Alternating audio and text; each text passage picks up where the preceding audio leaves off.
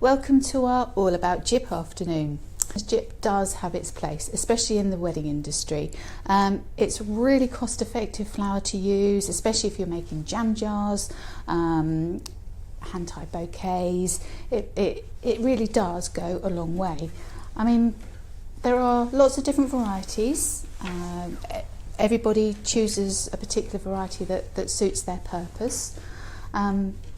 It's always sold in multiples of 25 stems. As you can see, each stem has several different breaks of it. So again, if you're using it for jam jars, I mean, you'd get probably 2 jam jars maybe from one stem. So you can see how cost effective it can be to work with. I've got I've got actually 3 varieties here, but the main difference between Gyp varieties is the head size.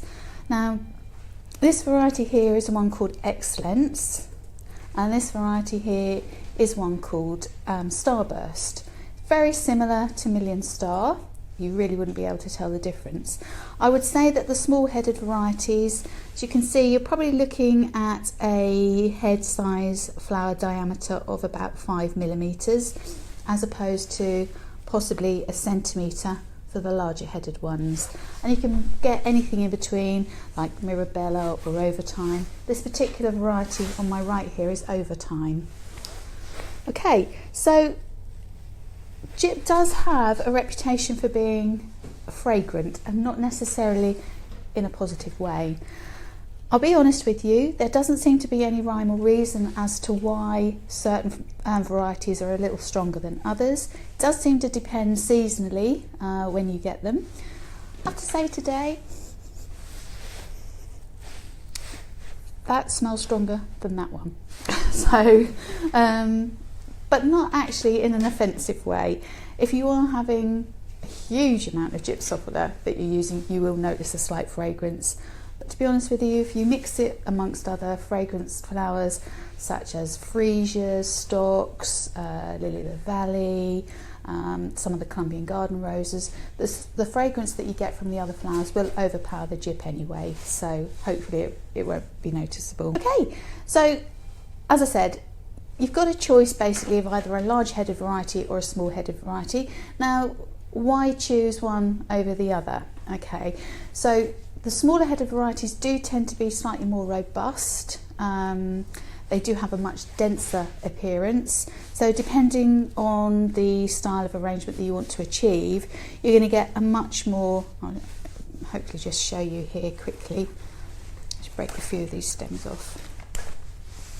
You can see instantly how you get a much more compact, dense appearance when you place a few pieces together.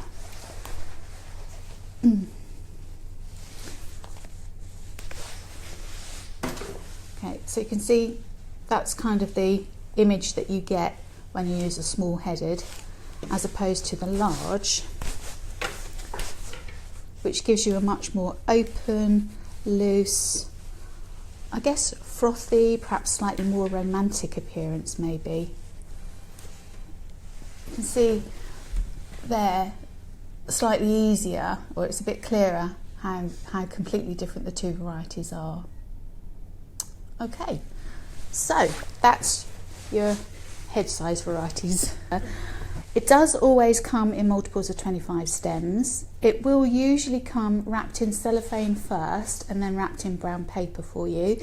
So when you receive it, remove it from the box, take the brown paper off, and if it's very tightly bound, remove the paper, hold the bunch upside down, so imagining that this is an entire bunch, and swing it, twist it round so it separates all of the little flowers from each other, because they do have a tendency, as you can see, to hook on top of each other. So by twisting that bunch round, you will separate all the flowers individually. Then cut the stems at an angle. Okay, ideally just above one of the nodes. The node is like the joint where you've got a new branch, thank you. I haven't had my coffee yet, but you get a new branch growing. So if you cut just above that, because as you can imagine, if you cut below, the water travelling up the stem has then got this obstruction first before it can continue. If you cut just above, it's got all this free range of stem to go up before it almost contemplates its first obstacle. Okay, and it's very important you do that with spray carnations as well.